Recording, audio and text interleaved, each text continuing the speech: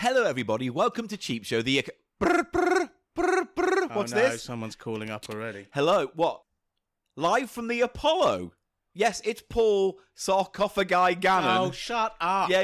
What you want me to do is set, and I have to do that gag. All right. How okay. would you haven't even got a All right, setup. See, take. All right, yeah, I'll be there. Who was Can't that? wait. Who I was was that? live at the Apollo. Live at the Apollo. Want me to do a set? known as live at the third name Apollo. Gary, yeah. Gary Apollo. Gary live at the Apollo. Gary Called live me. at the Apollo. Yeah. Anyway, sorry about that. We'll start again. Hello, everyone, and welcome to Cheap Show, the comedy podcast with...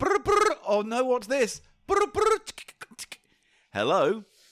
8 out of 10 cats.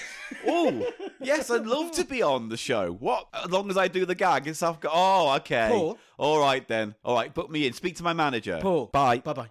Who was that? Gary. That was a... Well, yeah, it was Johnny. Gary. No, Jimmy. it was Gary from 8 out of 10 Jimmy. cats. No. Gary from 8 out of 10 cats. Yeah, they're all called Gary. But Paul, Yeah. you've just been booked for 2 very big, prestigious Very things. big shows, If I yeah. heard you right, because I wasn't eavesdropping. No, I I understand. I'm just in the room, Yeah. I can't help it. I know. And I'm really excited for you. Thank But you. I think you need to know you don't have a setup for the sarcophagi joke. You can't just say, are you going to just have a model?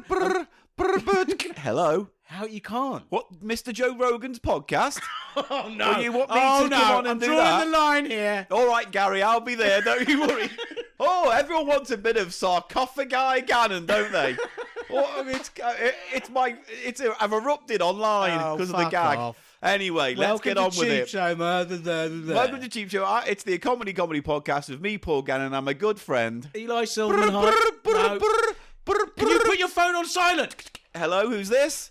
Jim Davidson's The Real Comedian's Tour? Yeah, no, I'd be happy to do it. Oh. Right, that's the cold open for this No, week's Cheap wow. Show. Welcome to the show. Press the fucking credits.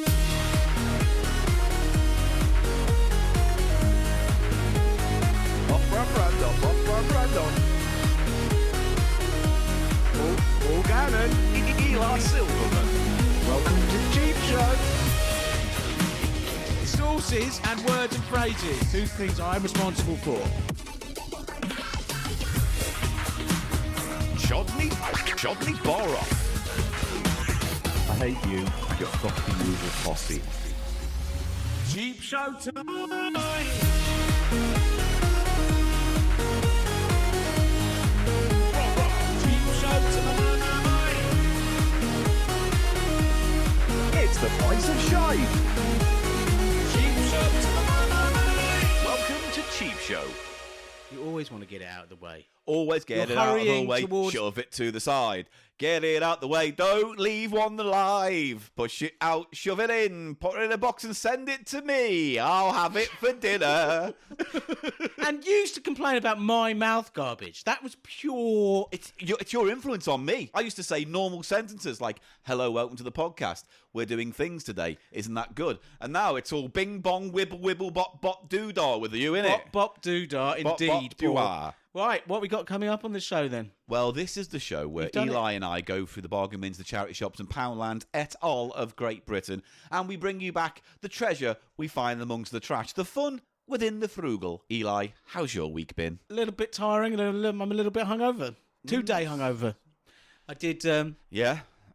Discount Suit Company, Right. did Blues Kitchen the next night, Nice. did my radio show, Good. the House of Pickle Sound Show, Which you can hear every 2 weeks on Soho Radio and catch up with episodes online if you've missed it. and that was that, basically. So, before that, I was doing very little in the week. And no one wants to hear this. No. I don't want to hear Just like this. normal podcasts do that, don't they? Do they? They say, how has Oh, your week been? How has Yeah. it been? So now you ask me. Okay, then, so that was not much, Yeah. bit boring, Yeah. no dogs. No dogs. No dogs Should involved. there be dogs with you? I don't know. A cat came up to me yesterday. Did it? Oh, yeah. And It was very friendly, because usually with cats round here, cats round here. you go, or whatever. Puss. Or go puss, and they puss. go, Fuck off, mate. mate. I've This heard all one this was before. coming towards me. It was like a little really bat-faced black cat Right, with yeah.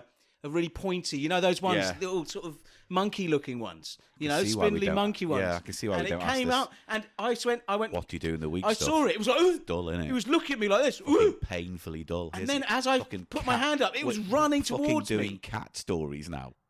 Go on. How was your week? Shit. Welcome to the podcast, everyone. It's another economy comedy load of old fun. And this week, did we talk about this last week and was inspired to do it this week? Because we talked about orange juices, didn't we, at some point? What happened, because I do recall, You Paul, do recall. is I bought you one of the local specialty Uladag That's right, yeah. orange sodas in a little bottle Yeah. with a cap. Yes. Well described. What are those caps called? There's a twist, and then what's a not twist called? They're just called bottle caps, aren't they? Yeah, they're old just school ones. Old aren't school. they? And I said, look, that's delicious, because I know they are. They and you are. said that's delicious, and then you came up with the idea that we should do a taste test of orange soda. So we are. This week is going to be an off-brand, off-ish evaluation of orange sodas. So that's what's coming up on the show. Also, Gannon's, what's it called again, this fucking segment? Paul's Page Turners. Paul's Page Turners. There's a book that I've wanted to do for a while, and I got it ages ago. And then I saw there's a Twitter account called Tatrove,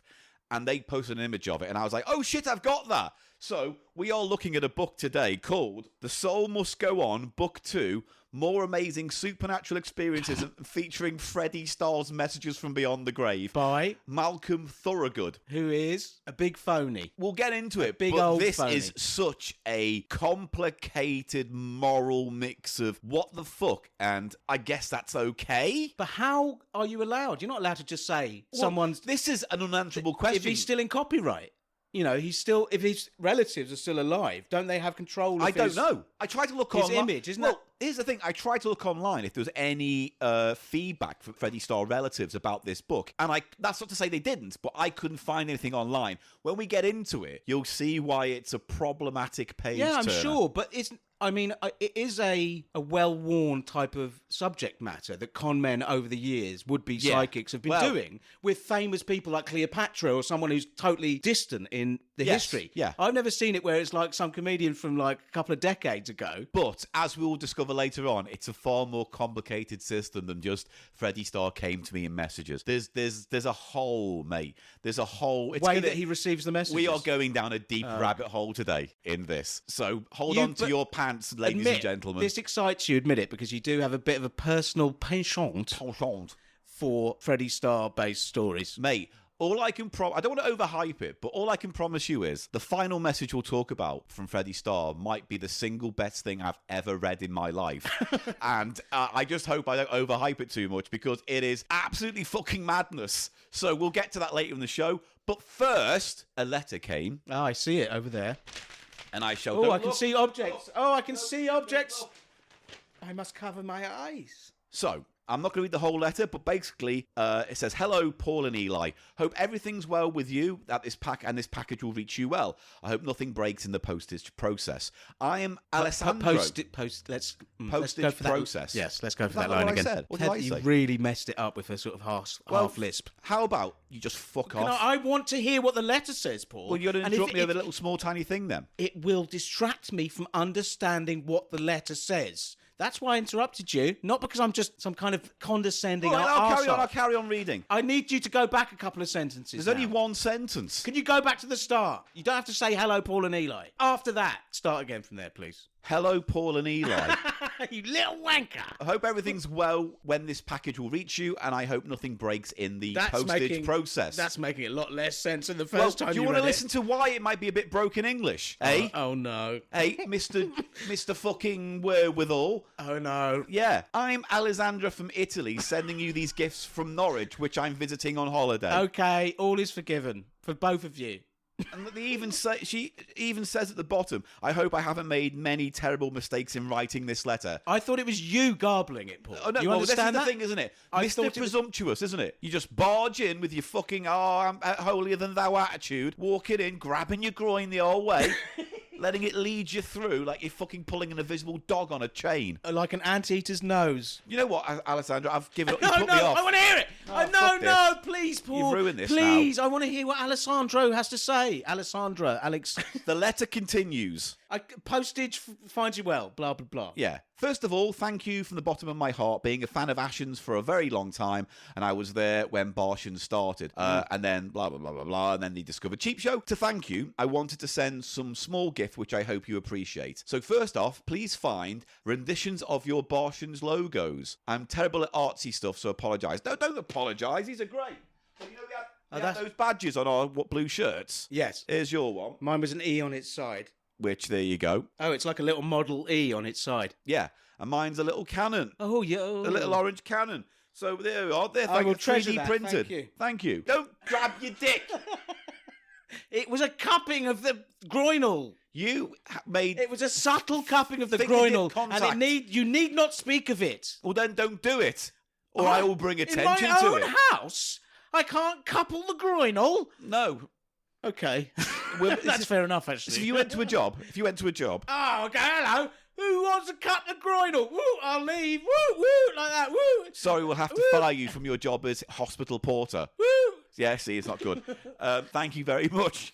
This, though, was what I got as my little gift. It is a Commodore 64 version of the video game Ghostbusters, but what's interesting about it is it's an unlicensed Italian bootleg of the game, which means the art on the front, I'm just paraphrasing here, has absolutely nothing to do with Ghostbusters. Oh, it's one so, of these. you know, Ghostbusters, what would you think the cover would have? Ghosts on? Men At with least laser ghosts. guns? If it didn't have actual Yeah. people in the outfits. But maybe a man with a Maybe laser gun. A ghost Yeah? or something. A ghost and a laser gun? No robots. Are there robots on it? I'll just show you what's on it. Oh, it's like who is that guy? I don't know, but I know He's what a you get very now. famous artist for sci-fi covers, basically. Yeah. Didn't you do a lot of album covers as well? Not as many. This is the guy. This is that really famous paperback sci-fi novel artist. You'll know that style. Yes. It's that classic. So I love that. I really like this as a thing. But explain what it is, because all you said is what It's the style two is. spaceships, and they seem to be in close orbit to a star, basically. There you go. Yeah. Like maybe a giant sun. You know what I And mean? one of these spaceships that's closest to us has a sort of serial number on the side, 012. Yeah. Does that mean anything in the Ghostbusters universe? Absolutely not. It's an unrelated Perhaps image.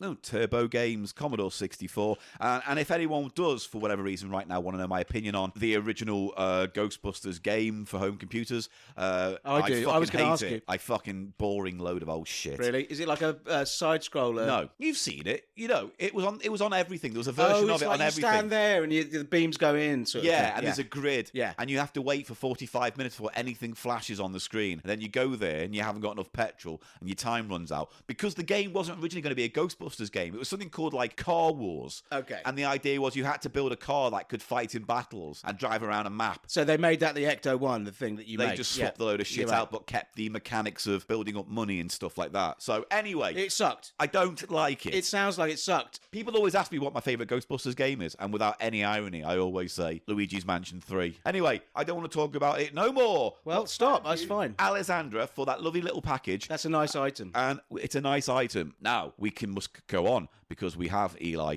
drinks to be drunk. Well, I just need to say, as the resident super taster, this going in... Oh, fuck my lips. Right off. You got nothing. Listen, I thought I did You're well like the man last who week. runs into a bank and says, this is a hold-up, but there's no guns. You just got your fingers out. Impotent to your needs. I've always got my fingers out. There again, you've done it again. Nothing. Nothing. Listen, I don't feed you. You I'm don't just going to feed... press stop, frankly, at this point. You've upset me now. I feel ashamed of myself. You should. It's hot in here, and I've got a tickly in the throat. Yeah, well, you want to... I tell you what, ladies and gentlemen, we're going to take a little break while Grandad Eli coughs his lung butter up and he has a nice little drink of something to clean his... Sorry, clean I've got a tickle. Right, so we must stop. We must stop. Eli's got a tickle. Listen, do you want me to have a Nothing. super taster? Once again, nothing. Nothing. Waste of Stop my being time. so aggressive. Waste of my biddy body time. Listen, biddy body time. Yeah, biddy body No, time. and that's meant to be quality. That's meant to be keeping the show going. It's biddy. You've right. It's body. It's biddy biddy body body time. time. It's biddy. It's body. body. It's dick slam. Don't put your fingers up to say I've got something amazing and then just say dick time. Dick slime. Thank you very much. Oh, I beggest your pardon. Right, so start again. It's body, with body, dick slime. Big body, dick slime. You can stop.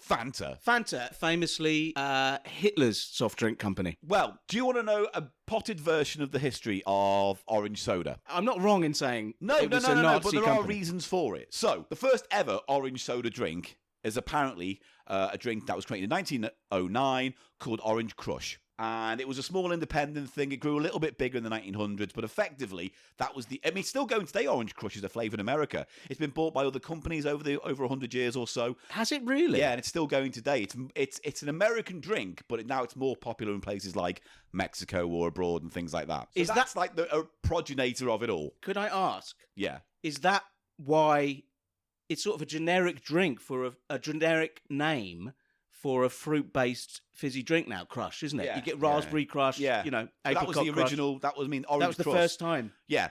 So, when it comes to worldwide, that's the major one, right? Orange Crush. It wasn't until the Second World War that Fanta came out, because yes, the Second War had a massive effect, but what happened was Coca-Cola was a big brand across the world, and Germany had quite a few Coca-Cola factories. Big bottling plants. And obviously, when they suddenly found themselves cut off from America and couldn't get the ingredients to make Coke, the guy who ran the factories in Germany went, well, we'll just make something different using what we've got, blah, blah, blah, called it Fanta. Fanta is Hitler Coke, basically. I don't think Hitler was like, oh, I've got this crazy idea for a fizzy drink, yeah? Get down with this. Yeah, it's good. I want a nice orange drink, but with the fizzy bubbles I like. But I also heard that once the war started and Coca-Cola was kicked out, essentially, they were making like German Coke. Yeah. But they didn't have the special ingredients to make the branded it stuff wasn't they the got American from there. stuff, No. yeah. And then that... But Fanta was the big hit. Which was a fruit, from the beginning, was an orange-flavoured fruit drink. Yeah. And then it basically died out for a bit. And then in the 50s, it kind of reappeared in Italy. And that's when the Coca-Cola company was like, well, this should theoretically be ours. So it wasn't until the 60s when they relaunched it in America as Fanta. But they did no advertising for it. They just slipped it out the door. So did they... But I thought that after the war, Coca-Cola was allowed to sort of rebuy those bottling, all of that stuff. Well, I mean, that's besides the point in terms of the brand. But they own Fanta now, don't they? Yeah, they do. Own that brand. So they must have bought it or given it back. Well, this is what I'm saying. It wasn't until a few years after the war when they suddenly took an interest in it because they saw it reappearing. And then it was like, well, this should be theoretically because it's all from our stuff. And yeah. Long story short, it wasn't until the 90s when Coca-Cola finally put some advertising into Fanta. And then it became huge. And now it's one of the top 10 fizzy drinks around the world. That's the potted history of it. So, and Fanta is orange, but also does countless other flavours almost. It's all a big quagmire of anything that's not Coca-Cola, basically. That's not Coke, yeah. With that being said, we have a bottle of the Fanta. This is the stuff you get on the shelf in the UK. I don't know how similar it is to the brand that originated way back in the day. I don't know, but that's our first drink. That is our first drink. And then Mr. Tango comes out. This is our top of our off-brands. This is the British equivalent of Fanta. Yes, and at one point we might do a proper deep dive into Tango, but for now... Do you know anything about it? Yeah, but I reckon we should save it for another time. When did it start, though? It was... Oh, God! I just need to know a bit of Tango background, please, Paul. I was hoping to save it in case we ever came across those Tango fucking rubber duck, rubber creatures or that you for advertising and those shouty cups. I was hoping we could get some merch. Well, there is a lot of Tango merch from their controversial ad campaign of the 90s. Okay, this is the overview. The Tango brand of soft drinks originated in the UK in the 1950s when it was first launched as Corona. Oh. And I vaguely remember Corona adverts when you see old TV shows and things like that. You do see that, yeah. In the 50s. In 1958, the Beecham's Group acquired Corona, and in 1987, Britvic bought Corona. I knew Britvic would be in this picture. Yeah, which included the Tango brand. The Tango is known for its refreshing taste and real fruit tang and is free of artificial colours and flavours. As of August 2019, the range includes orange, apple, strawberry, watermelon, tropical and Tango iced blast slush flavours. Iced blast slush flavour? Yeah, like at the cinema you can get that shit, you can't can get Tango slush, yeah. Yeah. They're stepping on that slush puppy and market. And at some point, we will probably go into like the advertising and the... They had a very controversial advertising campaign. Oh, that's Tango. But the reason I wanted some background... Yeah. Because I'm going to try here, as the resident super taster, to differentiate. And I'm thinking Fanta is a Coca-Cola product, so it's probably got more of the more of that cola taste, maybe, or more of the sharpness that Coke We'll find has. out, won't we? And I'm looking at Tango, which prides itself as sort of being unartificial. So perhaps it will have a more of a real fruit flavour. I mean, just to the eye, Tango is a much darker drink than the paler Fanta looks. Oh yeah, they are differentiated by colour quite clearly there. But weirdly, I wouldn't say, I mean, they are, but at the same time, you look at them, you don't think really orange. Bit weak when you compare it to, like, here's the next one, Blue Dag, which is our personal cheap show favourite. Ulu Dag. Oh, yeah. Why did I say Blue Dag? Because you thought it was a B, yeah. Yeah. So, Ulu Dag. Which I believe is a Turkish brand. And you know why it looks really orange? Because it's nice. Because it has Tartrazine Z, which has been like one of those E numbers that has been banned. I reckon. Oh, really? Yeah. That's why it's so nice. Right, so that's number 3. Again, you will not be getting these in these orders. I'm just going through them now for the sake of our I'm going to try and differentiate. Now, those are much cheaper, so they have much off-brand. Yeah, these are like £1.20 each, the Tango and the Fanta. So they're the same price. Yeah. So how much was the Ula Dag? Do you remember? It's 99p. It's less. Okay. It's less. They're usually less than a quid. They're like 70p, 80p. Right. So the next one is called Camlicker. And I believe that is another of these Turkish brands. So, and it has a textured glass bottle. That's Similar how they to differ. Ulu Dag, yeah. Very similar to Ulu Dag. And, you know, similar orange. It's ever so slightly less orange than the Ulu Dag, It but is. still orange. All 4 different colours. And I tell you what, mate, I'm a cum licker. Sock off the guy! Right. And finally, But those are delicious. They taste like what orange soda tasted like in your childhood, or don't what they? you'd like it to taste like until you compare it to Tango and go, ugh. But I think Tango and Fanta have both actually changed their formula in recent years for the sugar tax reasons. Yeah, so there's a very good chance that whatever this is isn't going to be a completely fair overall. For what they were at their best. No. So finally is Miranda. This one comes in a can, not a bottle, and it's orange. And tell us a little bit more, Mr. Silverman. I have noticed in recent years Miranda being stocked in fried chicken shops, basically. Right. So it very much is an off-brand Fanta Tango, I believe. Okay. And you can get it in shops around here in a few flavours. They do a strawberry, and I think I'm going to be able to taste that as being the sort of lowest quality one. Interesting. It's empty, a bit of an empty, sort of not very high quality. Because it is worth noting that in the 90s, when it had its big, massive advertisement campaign, Tango went from and also ran to like one of the most popular brands in the Huge, UK. yeah. And then kind of just fell off a cliff in the early 2000s again. Yeah. Anyway, they're the 5 drinks. What's going to happen is Eli's going to put a blindfold on. I'm going to serve him one of these drinks, and he's just going to give me his opinion, then rank them. Then once we've done all 5, we'll see how the rankings go, and then you can say which one you think is Tango and whatever, and then I'll reveal which ones. You need to write down my guesses as I go, because I need to what I've hold got on the to book all for. 5 of these. Can I just say some preliminary tasting prediction notes? Yeah, because some of these are familiar to you in the past. Yeah, They are. Fanta and Tango familiar, and so is the Ulu Dag and Miranda. So I'm hoping for a good score on this. But because of Fanta's connection with Coke being a Coke product, Yeah. I'm going to look for that sharpness. You know that Coke has that sharpness which differentiates it from Pepsi. Yeah. That kind of, that Yeah. bright sharpness. That Tango's going to be more like the Pepsi equivalent in many that's respects. what I'm thinking. Maybe if I go with that, Tango will have more of that rounded, Yeah. And I will say this. sweeter. I'm going to open all of these at once, so obviously you don't hear me going and then pouring it out, because then you know it's the can. Both the Ulu Dag and the Cum Liquor. Yeah. Anyway, they're I bottles. have pop tops. They have 2 screw, 1 can, 2 pop tots. Ring pull. Ring pulls, yeah. So I'm going to do all that in the break now, and then we're going to get into Okay, it. So are I'm you ready. feeling confident? I'm feeling like I must be able to get the. Well, to be I fair, don't know.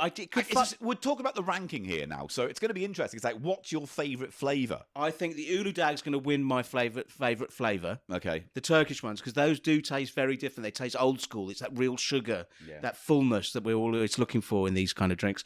And I really want to be able to distinguish the others, but I might be out of my league here. Well, we're about to find out. Join us after this carefully placed sound effect.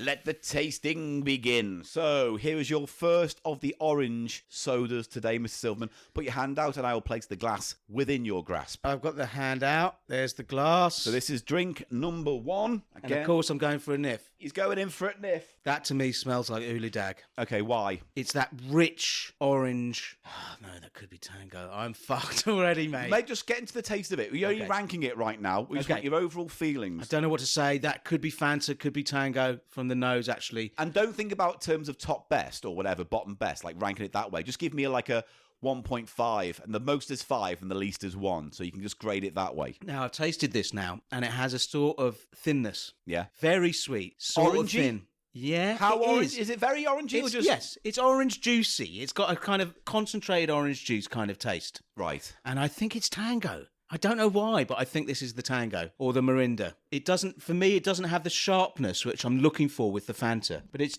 now I've changed my mind from the first Nif-Nav because I don't think this is either of the Turkish ones because it doesn't have the sort of sweet, full-bodied sweetness, a full-bodied sweetness. So to for it now, on the nose, out of 5, how many points do you want to give it? I don't think that's very good. It's only it's just not good. It has a sort of sourness and an empty wateriness in terms of the flavour department. So I'm going to give that a 2. I just don't think, it's just not. 2 out of 5? Everything fades about that flavour almost immediately. Okay.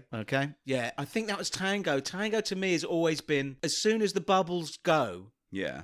I never finish the can of Tango because it's just boring tasting. And to me, that was just a boring, generic orange soda with nothing really going for it. I want this to be my mouth. Here is drink number 2. My pure palate talking. Here is drink number 2. Okay.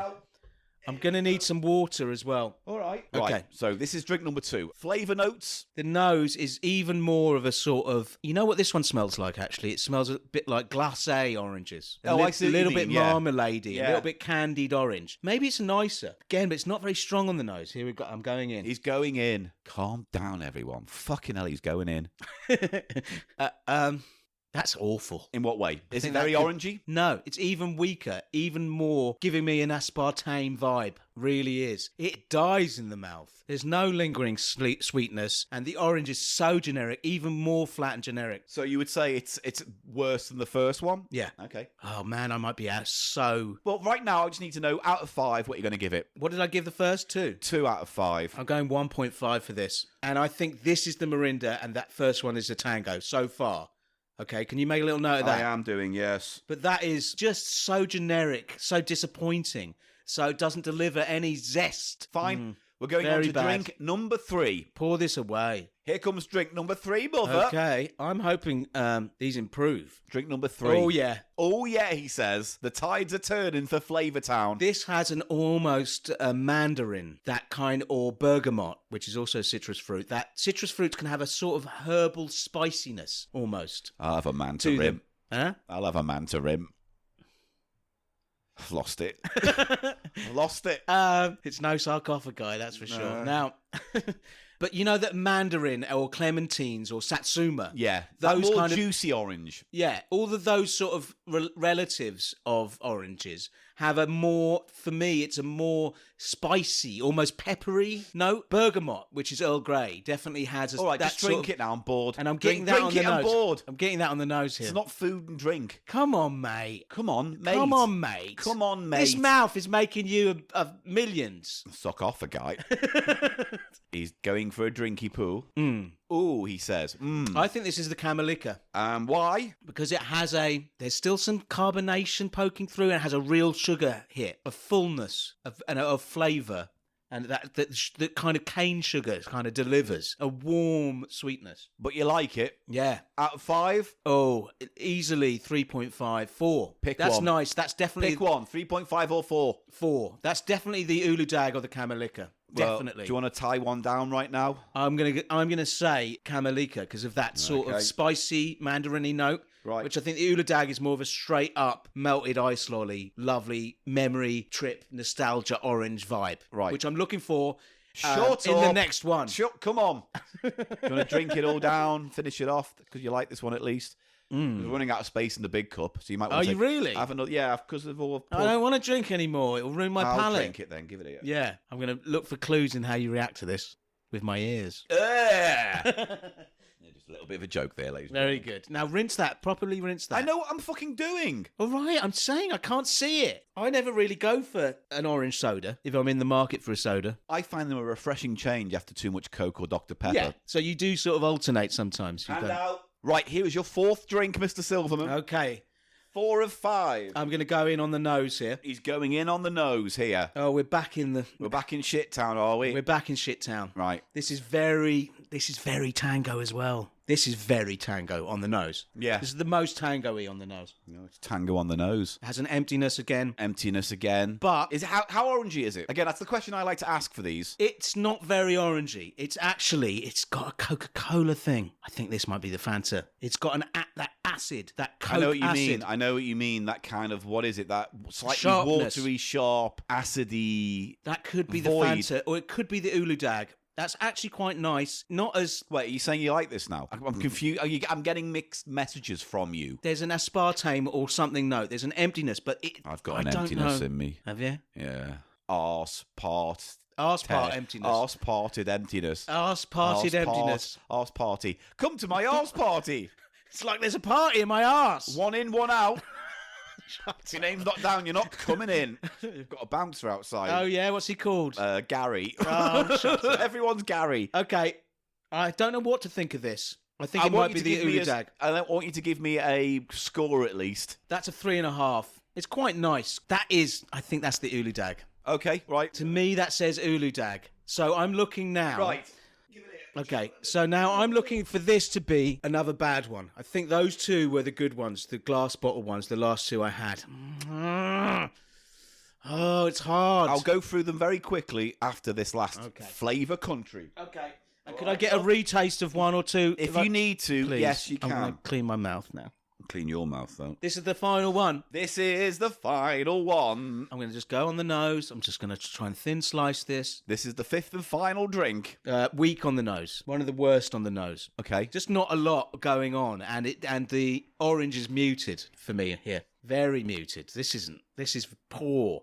The poorest on the nose. Really? Yeah. But let's see what the flavour says. Maybe the flavour speaks louder. I'm getting no orange here. Really? Oh, that's the Miranda. That is awful. It barely tastes of orange. It barely tastes of orange at all. What are you getting? It's so cheap. Just sugar. Like a sherbety kind of thing? No, not even that. There's no fizz. It's not like the Fanta, which has that bite. This is just sugar water with very muted, cheap orange flavour right in the background. That's the Miranda. You also said the second one was Miranda. I think the second one... Well, let's go through it again. First of all, score. For this, Yeah. 1. And you think it's Miranda. Yeah, I really do. It does not taste of oranges hardly at all. I could be so wrong on this. Okay. But I would hold like on to that for a retaste sec. 2, which I did call Miranda. Okay? Let's just quickly go through what Okay. you've said so far. The first one you said was the Tango, and you gave that 2 out of 5. The next one you said was Miranda, and you gave that 1.5 out of 5. Yeah. The next one you said was Cam Liquor, which was 4 out of 5. The next one you said was Ulu Dag, which is 3.5 out of 5. And then the final one you said Miranda again, and that's 1.5. Yeah, I don't... What do you want to go through again?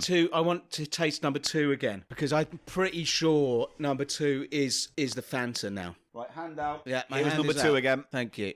Yeah, it's got more orange than number 5. Okay. Which makes me go towards Fanta for this. So you're now saying Fanta. Oh. Oh, okay, I know now. Do you want to change the scores? Do you want to change any No, of the I'm names? not changing the scores. All right. I'm going to have to lock you in at this point now. So, Number 1. yeah, you gave 2.5. And 2 what out did I of 5. think it was initially? You said it was Tango originally. Number 2, you've said is Fanta, and you gave that 1.5. The next one, which is the highest rated, 4 out of 5 you gave it, and you said that was Cam Liquor. Ulu Dag, the 4th drink, and you gave that 3.5, which means, it was the second favourite. And then finally, you said Miranda, 1.5, and it was the worst of all I want to drinks. swap the first 2. I think the Tango was number 1. No, That's what you said already. Do you want I think Tango is 2 and that Fanta is 1. Tango is... Taking my blindfold off. Hang on, wait. You said what? Tango was number 2? Yes. And then number 1 is what? Fanta. Fanta. I've got my blindfold off now. Right, That was a challenge. Let's reveal all.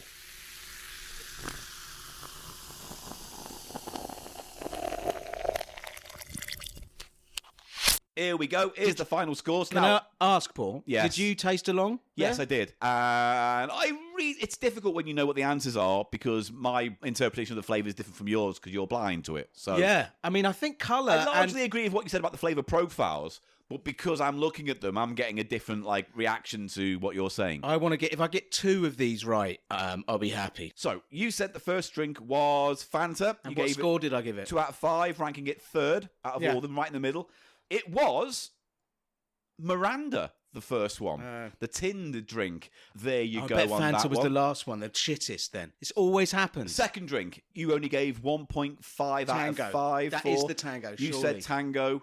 Our survey says Tango. Tango. You were right about Yeah. that one at least, so you get a little tick in the box there, Super Taster. That's the one I've got in my hand now. That's It the is. Tango. So number 3, you said was the Camlica. Camlica, I don't know how you I pronounce it. liked it. Had a Mandarin note. You definitely gave it the highest score, making it the top choice this evening, 4 out of 5. That could be the Uludag. It was the Uludag. Yeah. So no point there, but it was your favourite. And Yeah. I think it is the popular choice here. That's in your Cheap favourite Show as well. HQ. Yeah. It's just got a bit more complexity and fuller sweetness, Yeah. doesn't it? Number 4, you gave 3.5 out of 5, That must be the which you Camellica. ranked second favourite. Must be the Camellica.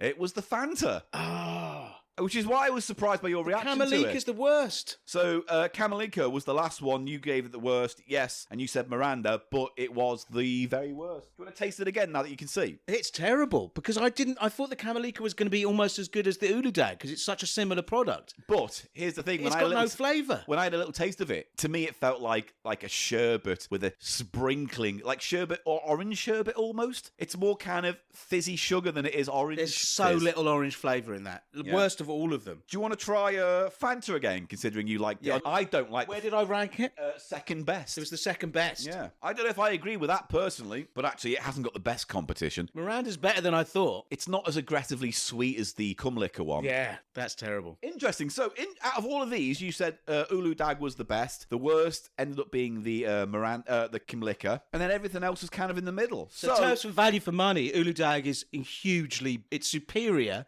to the big brands. Yeah. And it's cheaper. So, Well, there you Uludag go. all the way. Uludag all the way. Cheap Show recommends Uludag if you see it in a shop. And they also have Uludag special ones where they have pear flavoured. Oh, yeah. And they have Mandarin versions, different.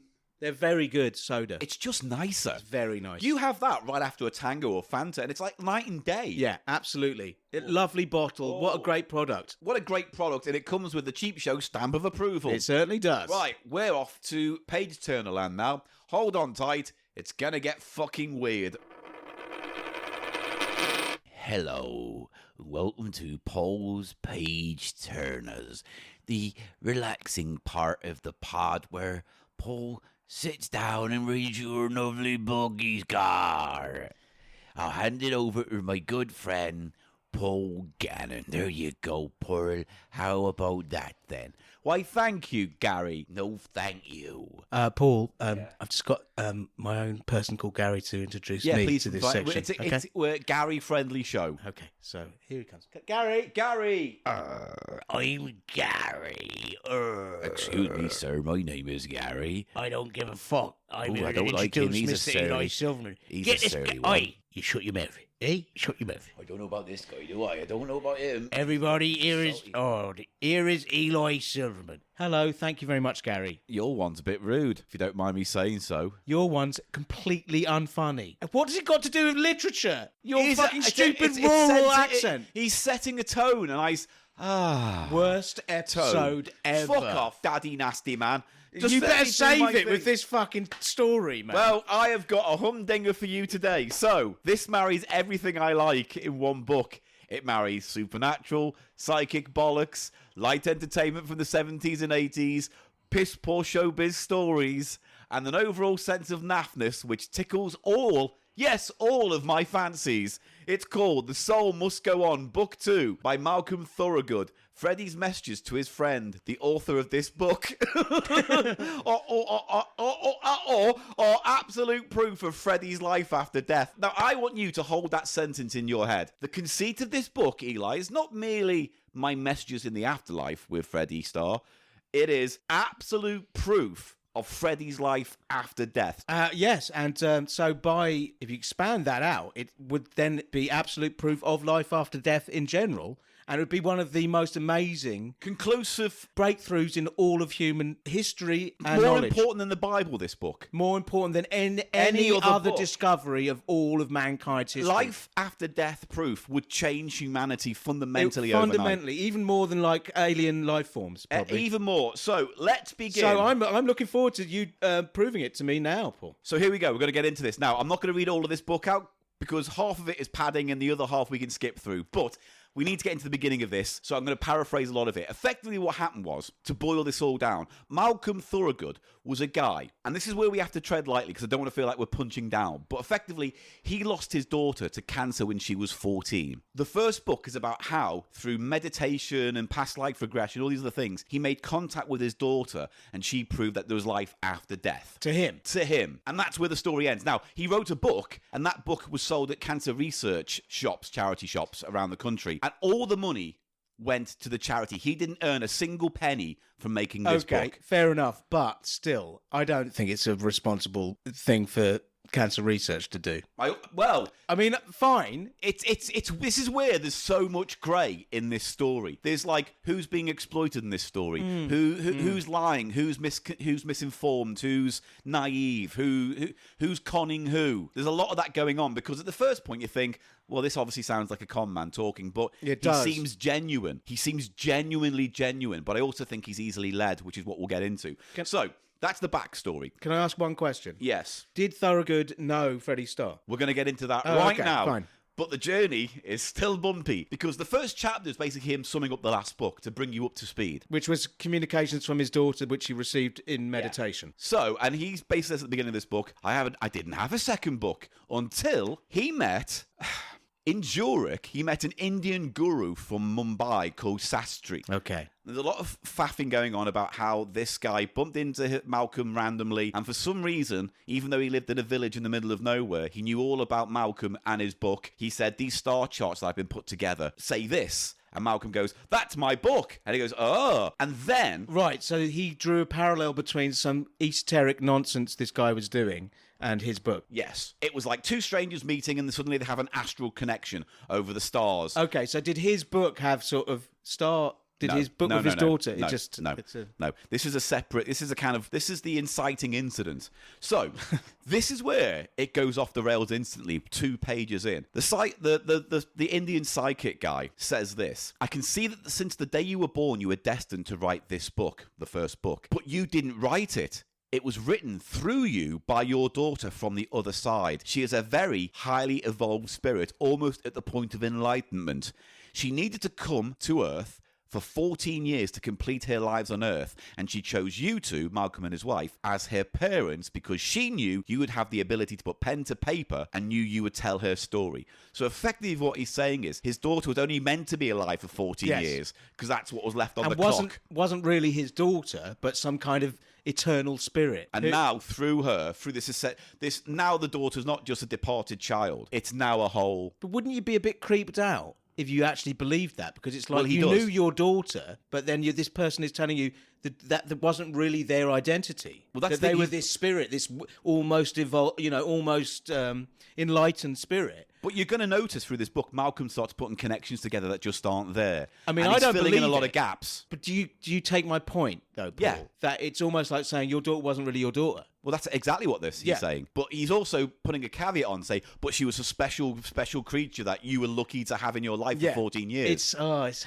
heinous. So then the psychic basically says, blah, blah, blah, blah, blah, you're going to write another book. And he says, I had no idea what the book might be about until this morning at the end of September when I was meditating. And it suddenly came to me. Not only should I tell this world about the amazing messages that Freddie Starr had sent me, but that the book should be a sequel to my first, The Soul Must Go On. Now, he's not a very good writer. We're going to say this right now. So all of a sudden, he's meditating and goes, you know what? I'm going to tell about Freddie Starr now. Because I'm receiving the messages from him. And what's the title of this book? This is called The Soul Must Go On, Book 2. He goes on about then in the next couple of paragraphs talking about how the first book raised some money and now he's going to do it for this. He could have called it The Souls Must Go On. He could have. If he had any sort of... There's a load of titles he could have called it, Eli. You're right. Loads. I'm just thinking of them because that's must really still bad. go on. The soul must still go on. Still go on. Good. The soul strikes back. Something like that.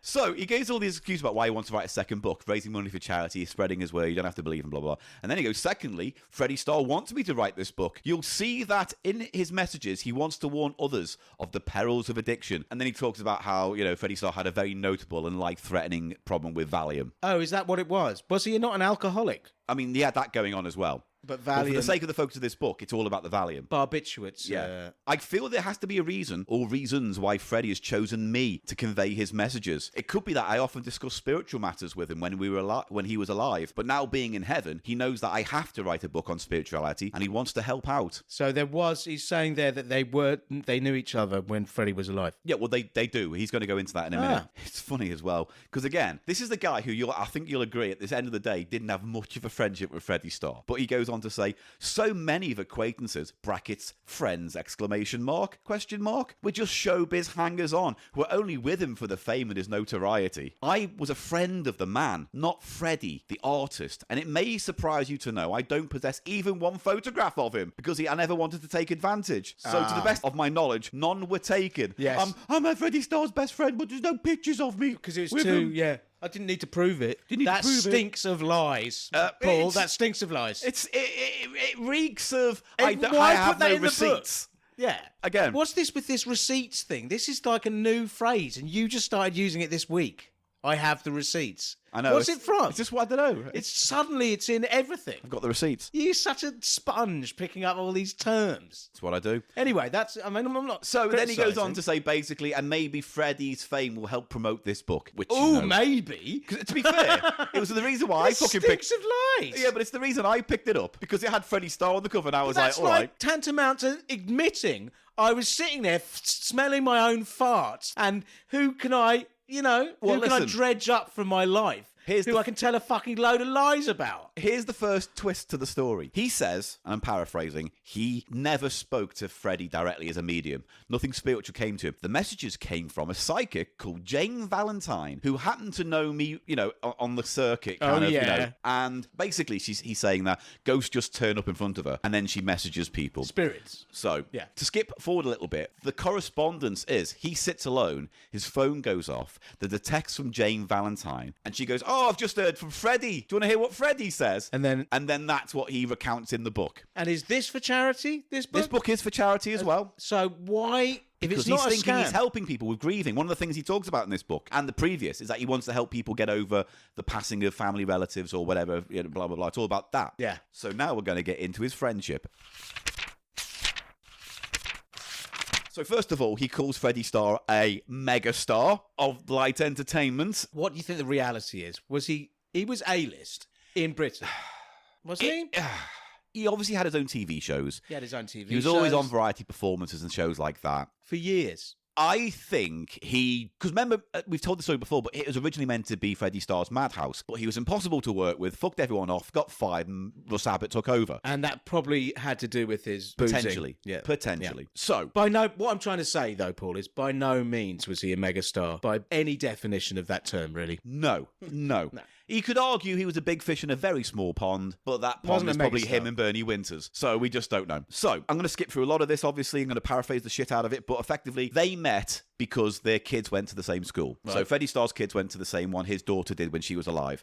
They would often end up going on holiday together to Barbados. Okay, so they were proper friends. And he was taking him to TV show recordings, clubs and theatres, and he met a load of celebrities. Cut to my favourite page of this book, where he gives a little drawn diagram of all the celebrities he's met because of his association with Freddie Starr. Just so you can visualise this, everyone. See. Who's on this? Is there a Lippmann? Let's find out. In the middle, there's a star, and in the star it says Freddie Starr. Of course. And all these lines coming off with bubbles on the end with these names in. These are celebrities he's met. Sir Cliff Richard. Oh, of course. Hank Marvin and the Shadows. Well, related to Cliff Richard. Diana Dawes. Des O'Connor. Muhammad Ali. Dame Shirley Bassey, Michael Parkinson, Wayne Dobson, Jim Davidson, Lenny Bennett. they're the big ones. More Who's Muhammad Wayne Ali. Dobson? Wayne Dobson was that shit magician. And what's famous about him, if you've ever seen a Frantic Planet, Stuart Millard's videos on YouTube. Yeah. He shows a news story that Bobby Davro fucked Wayne Dobson's wife upstairs while Wayne Dobson was in the kitchen downstairs at a point where Wayne Dobson was in his wheelchair because of his health. Wow. Dark shit. So, yeah.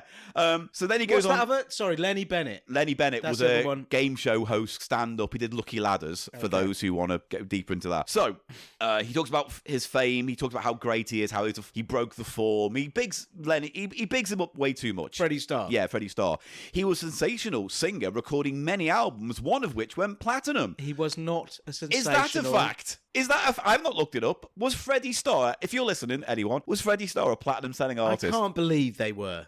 I cannot believe they were. He went to the Royal Variety performance where he was, get this, Freddie Starr was top bill with Tina Turner. Now that's a megastar. Do you know what I mean? And then he says also, Freddie Starr was a bit of a tinker. Apparently he was out on his driveway one day next to his car and went to a neighbour, can you give me a push? So the neighbour came over to push the car and Freddie Starr ran round the house. And when the guy went round the back to see where Freddie had gone, Freddie was sitting in a swing. See? Give us a push. Wacky. Wacky. Oh, I see. Now we get into a chapter called One Man, Six Freddies. So Oh. Freddy's Revenge, Dream Warriors, Dream Master, Dream Child, and Freddy's Dead. So he has 6 Freddys in his... He said there are 6 Freddys out there that he knows. One man, but there are 6 personalities. Yes. One is Entertainer Freddy, the one that we all know on the TV. The one that Yeah. you're not interested in. Then there's spiritual Freddy, the Freddy that loves to talk about ghosts and the afterlife and faith and reincarnation, all this astral blah, blah, blah bollocks, right? Can I ask a question here, Paul? Yes. Was Freddie interested in all that kind of nonsense? Who fucking knows? He wasn't known for it. I've certainly never heard of anything. There may be a TV show, like Celebrities Past Life Regression or whatever that he might have been on, Right. or shows like that. Who knows? Then so it also mentions he was hanging around with psychics because his father came through a psychic called Doris Stokes, who was a reasonably well-known psychic back in the day. Then there's Practical Joker Freddy. And Practical Joker It's the Freddy one who is the goes one on who, the swing, yeah. And then there's Compassionate Freddy, who looks after his friends and all this kind of stuff. That's and nice of him. looks after them. And then it skips a load. Then there's Stifled Freddy and the Fragile Monster Freddy, Oh. where he talks about basically, he goes into a lot about Valium. The addict, yeah. Yeah, so he goes into a lot about Valium now. He was prescribed 2 milligrams tablets to take 30 minutes before going on stage to calm his nerves. Right. He got stage fright as well. Over the 11 years, he built it up to 80 milligrams a day of Valium. Yeah. Just because he had It's to. a horrendous addiction. Really bad, hard to quit. And then I he think. says that Freddie called these pills his jelly beans. Again, does that?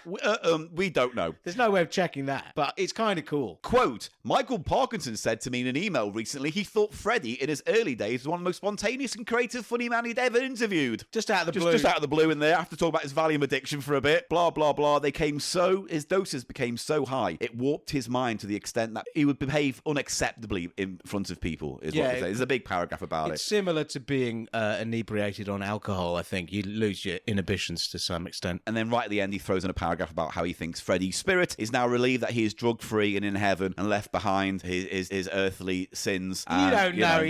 Look, if he went to heaven, you get everything you want in heaven, don't you? So he's probably Yeah. got heavenly Valium. You might do, yeah. Like on drip. He could be He can nothing do but as mu- Valium. He can't die again. He can constantly be overdosing on Valium. Hanging out with Frankie Valium. Sarcophagi. Right. Ooh. Anyway. Sorry. Sorry. Can I just ask, did you check in your mind that Frankie Valli was dead before you made that joke? I did. I rolled the dice on Yeah, that, you rolled the frankly. dice. Thank you, I knew that. I've got the receipts. So Shut up! the next chapter is called Freddie Goes Ballistic. And what basically this chapter boils down to is that sometime in the late 80s, early 90s, Malcolm allegedly introduced Freddie to a friend, and that friend was a psychiatrist. When Freddie found out that he was a psychiatrist, he felt conned, went directly over to Malcolm's house, burst in through the door, effectively, and said, "How fucking dare you? Oh, I'm never speaking to you again." Oh. And they never did for 25 years, and then Freddie died. Oh, that's it. So they were estranged. For 25 years, until one day he gets a text message. And this is where it all gets bollocks. Okay, so this is after his first book. He gets a text message. So effectively, right, he says in the book, I didn't know how to publish these messages. Should I rewrite them or should I? So what I've done is I've just taken a camera and photographed my phone with the text messages on. Oh, and they're actually screen grabs on the in this photograph. book. Yeah, and some of it is almost fucking illegible to read because of the quality. It's a photograph that book is so terrible. So At least it's for charity. Even that, though. Even that is walking this moral line. So he's now speaking to Jane, this Jane Valentine, who I checked on Facebook and does exist and does run a clairvoyance and, psychic bollock shop up north somewhere. And she's quite proud of being associated with this book because she just texted him out the blue. She says, ghosts turn up. She has an experience with them, a vision, and she writes it down. And then she got hold of Malcolm's number somehow and then got in touch. And effectively says, do you know Freddie Starr? That's the opening gambit because he's come to me. Chapter 4, I cried. He said, after his death in May 2019, Freddie Starr's death in 2019, he was so sad and so guilt-ridden by their last encounter because, they broke up on bad terms. That he wouldn't even watch a single YouTube video of him for a whole year, which makes you think, what were you doing beforehand? Watching videos of Freddie Starr every day on YouTube.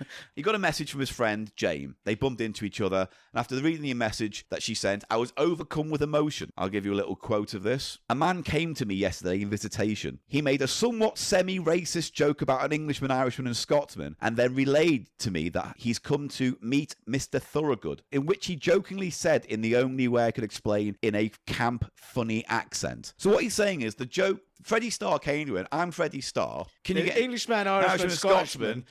Met this black guy in a pub, and then went, oh, where's Mr. Thorogood? And that was the opening gambit. That was what Freddie said. All of their texts are badly written. I'm sure. Now, and so that also makes them more open for interpretation. Exactly. But you start to see he's throwing things back at her in response to say, yeah, I know Freddie Starr. We best last met here. And la. Did he say this? Did he say say this? that? Does he know that guy? Does he from the beyond the grave? But it's almost like he's trying to prove that he's Freddie Starr by telling a joke that's like him. Well, but here's the thing. Both you and I are on the same stepping here. We don't believe in ghosts. We don't believe in psychics. We don't believe in any of that stuff. So just from a practical point of view, Jane at some point probably found out through circles that at some point Freddie Starr was Malcom Thorogood's friend. He shared about the book, did a bit of research and sent him a text because, she probably got a number off a number off a number, whatever. And went, oh, here.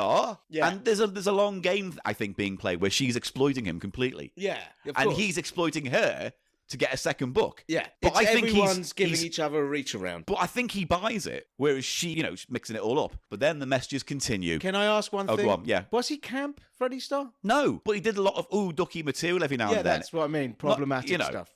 We're going to get into where this goes. In fact, we're going to get into it right now.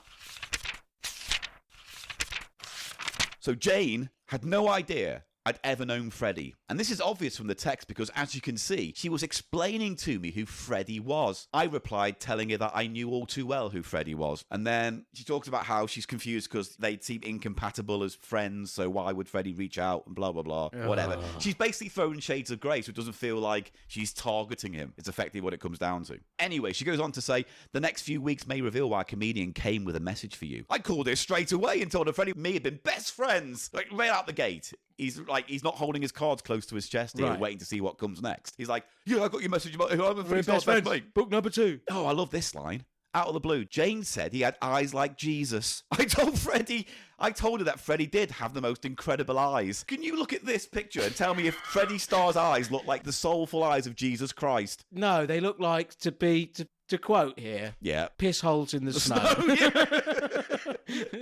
Don't they? They're little piggy hooded. Yeah. They're not great eyes, to be honest. Yeah. And also, no one's seen Jesus' eyes. No. Even if you're a Christian, you haven't necessarily seen his eyes. You've seen some interpretation slapped on the side of a fucking church. What? Freddie Starr looks like some painting in a church.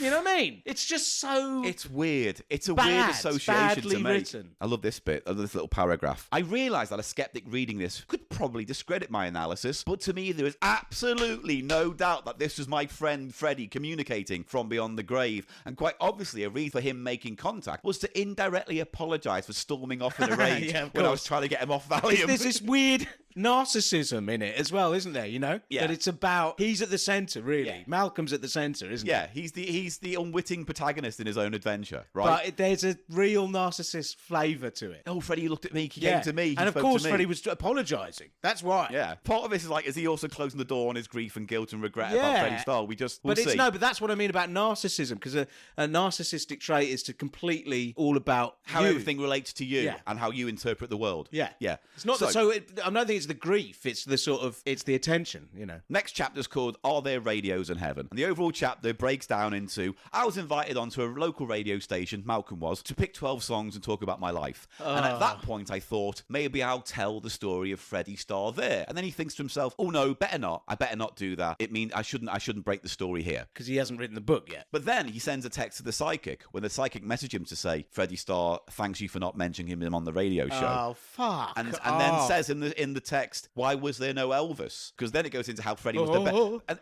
And I quote, oh, thank you very much. He asked about why I didn't pick an Elvis song, which I didn't realise because he was probably regarded as the world's greatest Elvis Presley impersonator. Conjecture.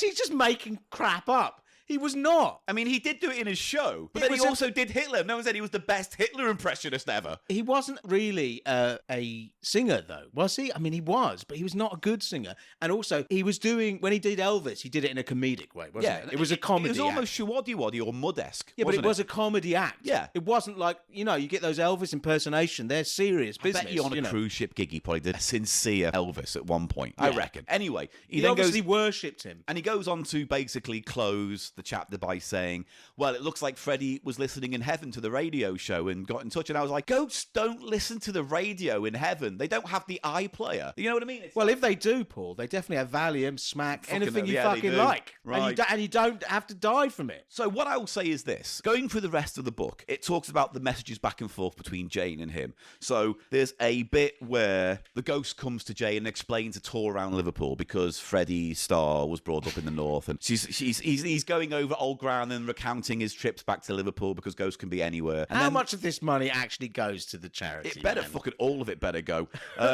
Now, there's a chapter about called Freddie Sings to Jane, where Jane is visited by the ghost of Freddie. And then after he stepped in doing his impression of Frank Sinatra, oh dear, he says to tell you to shut the fuck up and listen to my lullaby, and then began to sing My Way. And then there's chapter 9 called I'm So Very, Very Sorry, where Freddie Starr talks about how he's very, very sorry for, upsetting Malcolm back in the day. That's so narcissistic. Then there's a whole chapter about regretting taking drugs, and again, Freddie giggled with tears in his eyes. Such striking Jesus-like eyes. Again with the Jesus eyes. He's trying to start a new religion. But there's loads of stories like that. And then the book literally ends with him saying this. But I say the midway point. The Freddie part of the book ends halfway through. Oh. Only the very first message was of benefit to me in him saying he recognised that I helped him. And therefore, it relieved my regret that I never went to see him before he died. Oh, good. Oh, he's let you off. Yeah. Everything's forgiven. Now, the back end of the book is literally him walking around the country with his wife and misconstruing perfectly natural things for supernatural adventures. Like he sees a piece of art in the woods that someone probably graffitied it or whatever. And he goes, maybe that was Freddie telling me that I should be here. Definitely Freddie. But what I want to end on... I saw a cloud that looked like a whale. It was Freddie. That cloud looks like Elvis's quiff. There's a lot of that. There's a lot of him misunderstanding perfectly normal things. But I want to end on this. Okay, cool. Because this story, again, it's pretty badly written. I'm going to do my very best. But this is called Chapter 6, I'm Home. And I'm just going to read it and let you judge. And we're going to end with this. In the very first week of January 2021, Jane texted me this. I know this sounds crazy, but Freddie came to me. And he came with a friend. Do you know... Go on. Do you know who Bobby Ball is?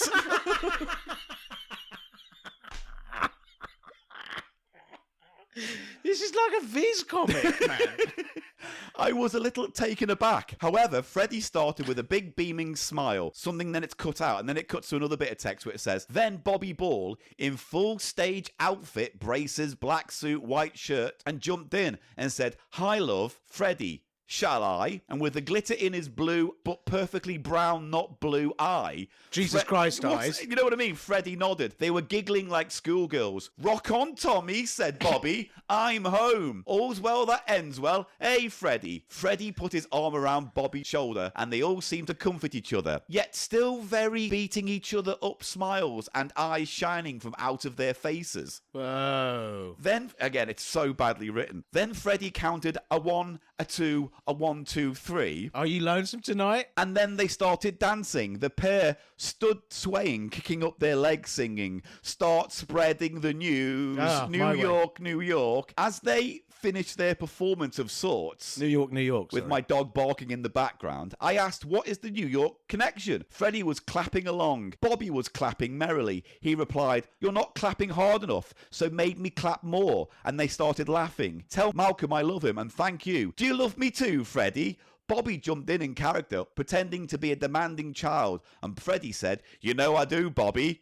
I'm glad they're getting on. Last little bit. They turned their backs to me. Freddie turned his head to me and acted camp, kissing Bobby on the cheek, and then they both winked at me. They left with their arms across each other's shoulders and walked off, slowly evaporating from my vision. Did Freddie know Bobby Ball? He's another double act. Freddie was only a little taller than Bobby. 2 shorties. Bobby died of COVID. I saw it on the news. That's it. That's the whole message. That's that fucking book.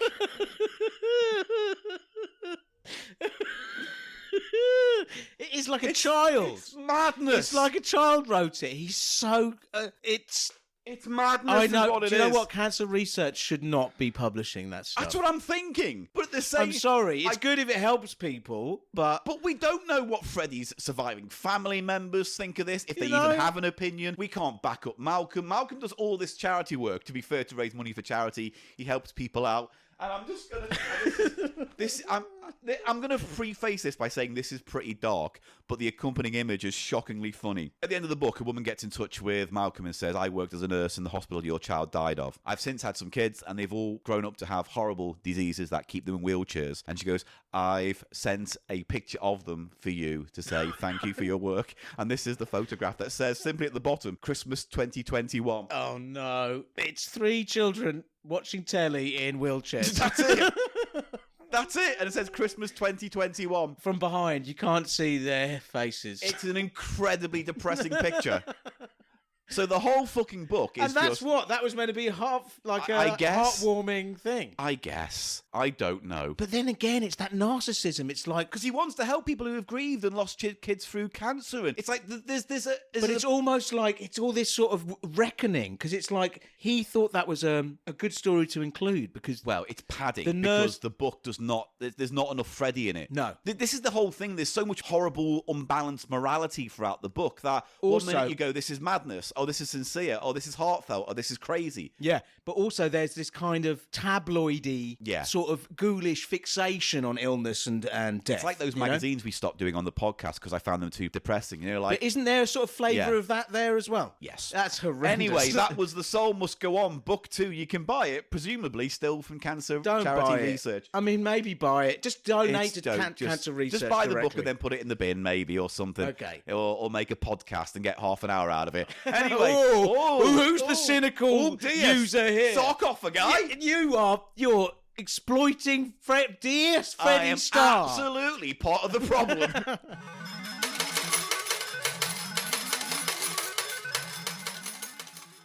thecheapshow.co.uk. Go there for everything. If you'd like to support us, which, you know, all up to you, but you can go to patreon.com/cheapshow, and those who do support us get access to podcasts, videos, and magazines, Cool. behind the scenes stuff, and all kinds of lovely things. And if you can't support us financially, remember, spreading the word, retweeting, telling your friends, giving us good reviews online is great. So that's the admin out of the way. Thank you It's for just a bit you've got to get out the way, It's right? lovely that you give through Patreon, but only give if you can. Only if you can. See, you missed out your thing. I You know, didn't that's say if true, you but can. You yeah. said, "Oh, that's up to you." It was very dismissive. Well, I'm trying to mix it up. You're innit? being a bit Nearly dismissive. 400 episodes, isn't it? You're being a bit uncaring. this 400's week. coming. We've got to film it soon. We've got to do bits and bobs. I need you to be warmer, emotionally warmer towards me. Oh. I need Sock you off to. a guy. Now stop saying that now. All the magic is gone with that now. I've ruined it, haven't I? You have. Oh no. Tell Gary. It's Gary from Oh, Apollo. it's Gary, is it? He says, my moment's past and it's a bit passé. Oh, so I can't... No, bye, Gary. No more calls. All right, so that's this week's episode. Do you have anything you want to pimp? I pimp a noodle, mate. Yeah. Noodle content. We've got some of that planned for 400 as We well. certainly do. We've got the goods. It's a very special... Hello? Special Oh, noodle 8 out count. of 10 catch. Yeah, I was just... What? I was going to send you it. Oh, they don't want me for 8 out of 10. Okay. Try the sock off a guy. All right, bye, Gary. Yeah, try this. Sock off a guy. Is he gone? He's just tutting at me. All right, bye, Gary. Sorry, go These on. Garys. You haven't got the receipts for No, them, I do haven't you? got them. Not this week. Anything you want to wrap up with? No, I'm fine. 400's I'm coming. sorry I was Still less get funny. tickets to the live show as part of the Cheerfully Evil podcast. You can get them on our website. You spoke over me just UK. then. I know, because I had to get important information out. You just going to say so shit. it's... you're like Muggeridge. What's it called? Hello? Oh, Joe Rogan. Yeah, I know. Oh, you still want me? yeah. Ba, You ba, were... ba, ba, ba, ba, Yeah. ba. Say goodbye. Goodbye, everyone. Thanks for Goodbye, listening. everyone. Thank you for listening. See you next week.